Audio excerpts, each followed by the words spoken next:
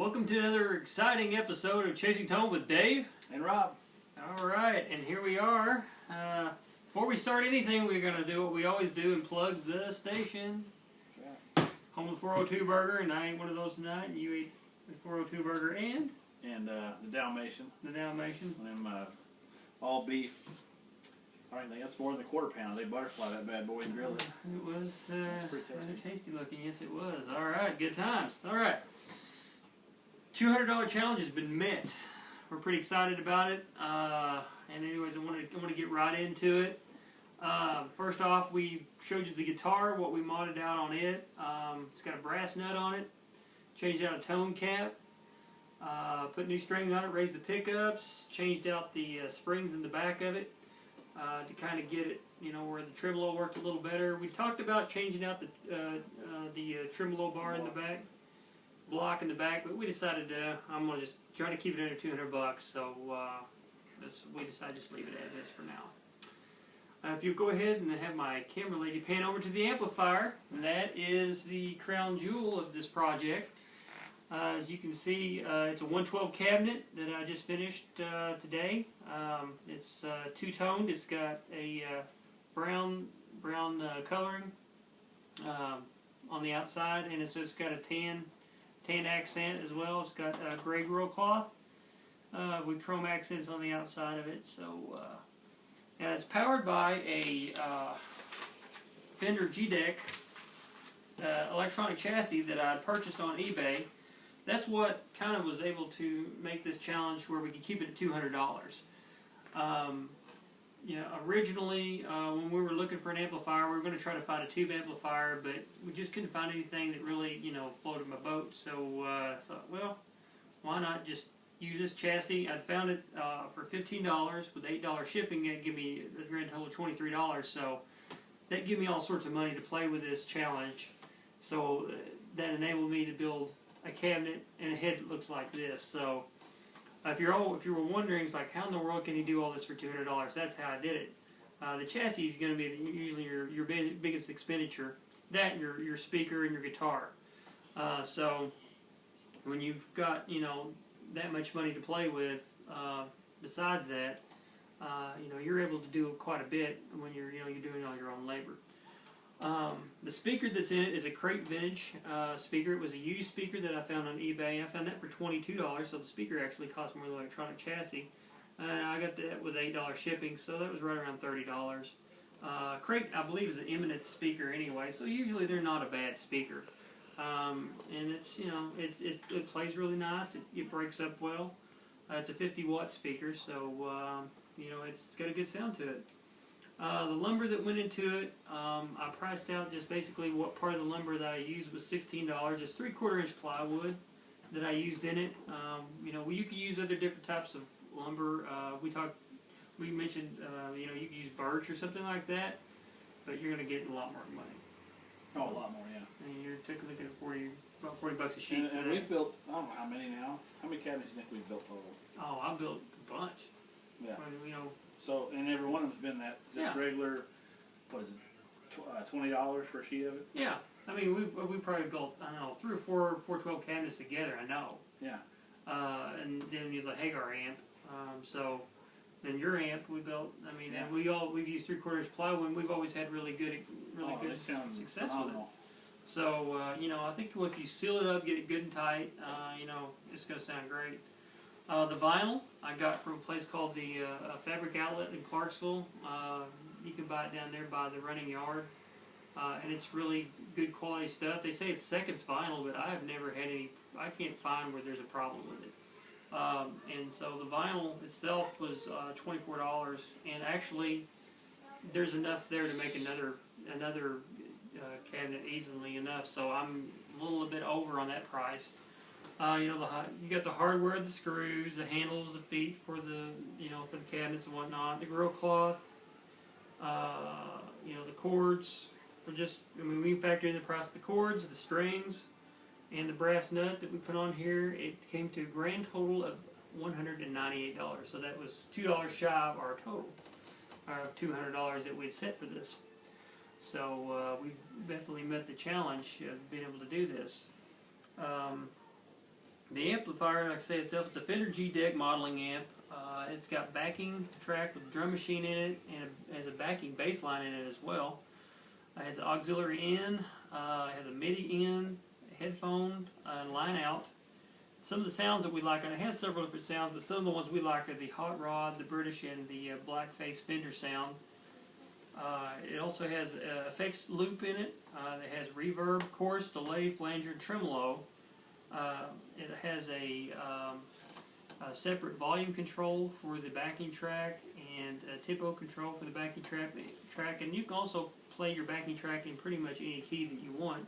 And it has a built-in tuner, so it has a lot of features in it for just a small chassis, which makes it really made it really even more enticing to build this amplifier from this for this project. So,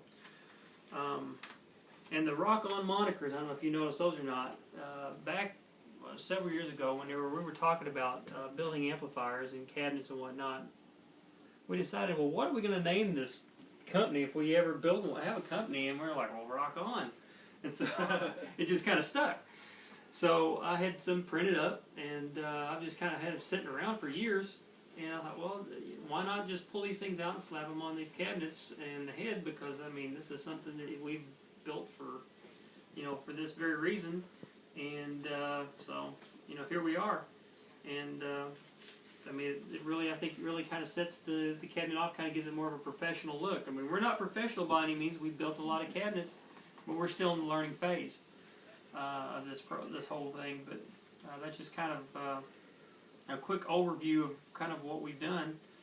I guess maybe we should just let the amp do the talking, So, like before, whenever we hear an amplifier being demoed on YouTube or whatever, we go straight to what? Dirty. Because clean is boring. I hate people who just sit on YouTube and they play clean and they just keep playing clean and clean and clean and clean. And finally you get 30 seconds of dirty, and then you're like, oh, come on, really? Did I have to listen to all that for just that? So I'm going to switch this on. He's going to play just a little riff in the dirty, and then I'm going to turn the backing track on and let you see what it sounds like with that.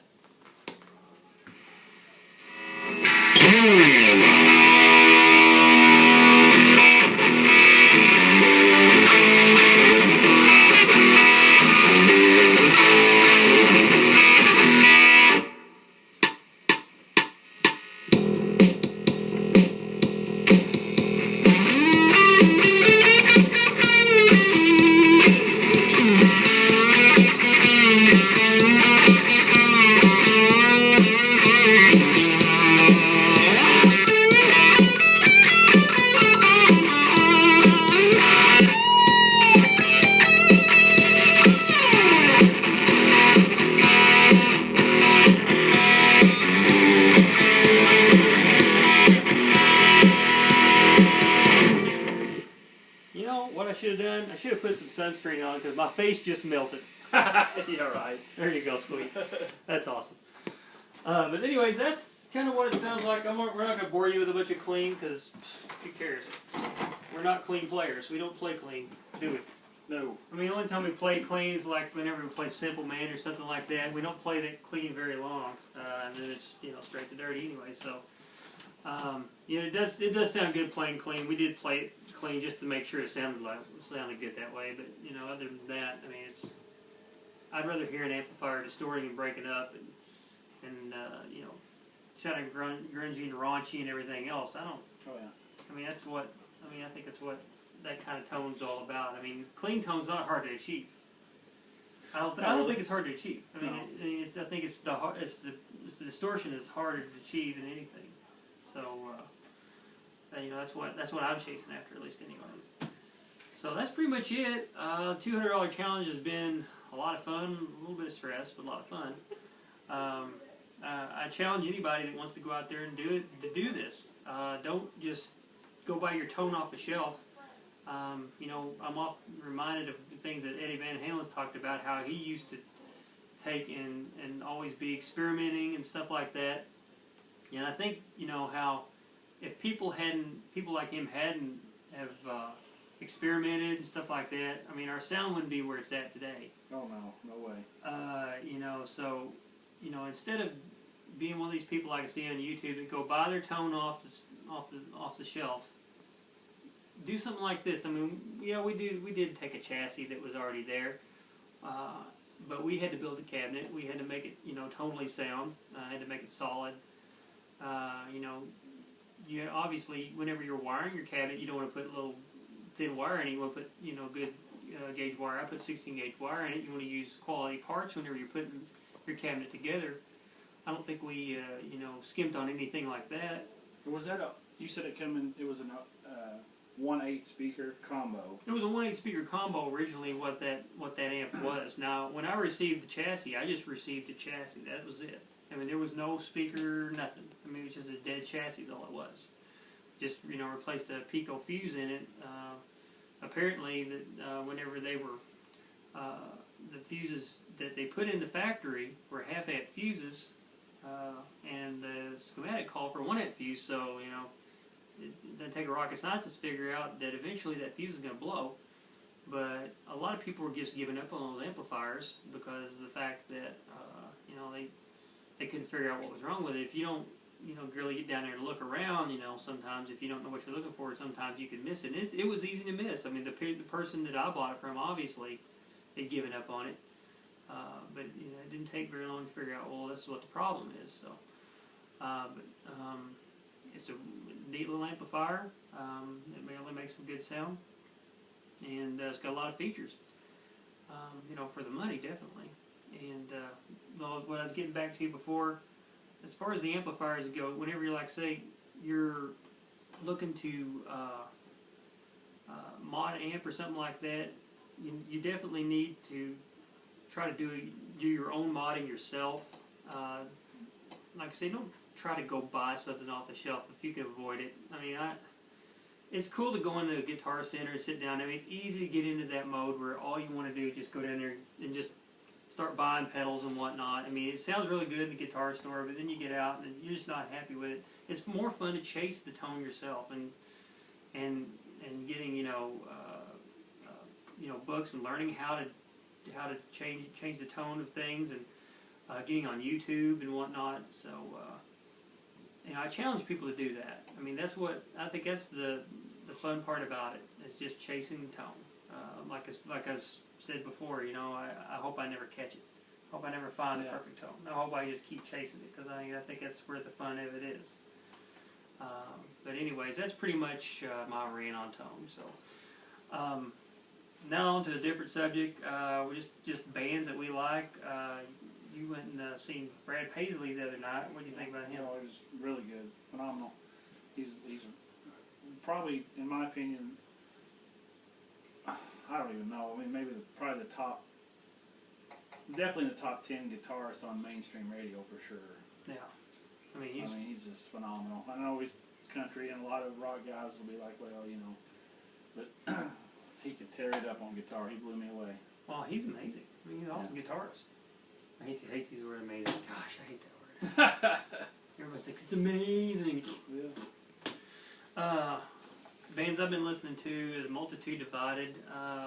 They're a really cool band. A song called Scars. It's kind of they have a lot of key changes in their music, and their songs are about 6 or 7 minutes long. It's really cool music. Another band I'm listening to is Aranda. Still in the Dark's one of their songs that I like, and You Wanted to Punch Me, that's another good song. So if you got time to check them out, put them on your playlist. I mean, it's good stuff. I mean, if you like to jam out, then it's definitely stuff you want on your playlist. He just turned me on to them tonight. I actually like them a lot. So, really yeah, good. I mean, Saxon is a really good band. I've been listening to them some. They spell it Saxon. Just, I don't know, phenomenal music. I don't know how, I'm just now getting into them, so I can't tell you a lot about them. I don't know if they've been out for a long time or not, but I think they have. I actually stumbled across them on Pandora, but they're really good. If you get a chance to check them out, Saxon's awesome.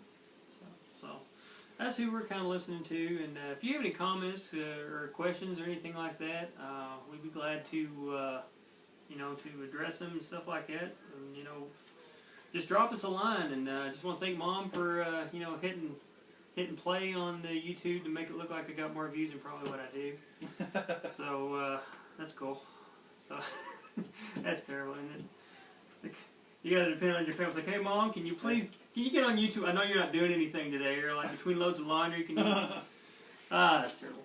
But anyways, so you know, we'd be glad to, like I say, answer any of your questions and stuff like that. Hopefully you'll have some questions because you know, we love to talk guitars. I mean, so, and amps and stuff like that, and we love to share our knowledge, and we like to learn from people, so, and what you like in tone and whatnot. So anyways, I guess that wraps up this episode. This has been a really fun challenge. Hopefully we're going to start another challenge before long with tube amps, I'm hoping.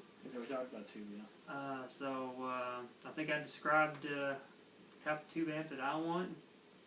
Yeah, what was it you said? A cat that has the stemper that's throwing up on your living room carpet. It sounds like it's dying because I want it to sound like it's just dying for current, electricity.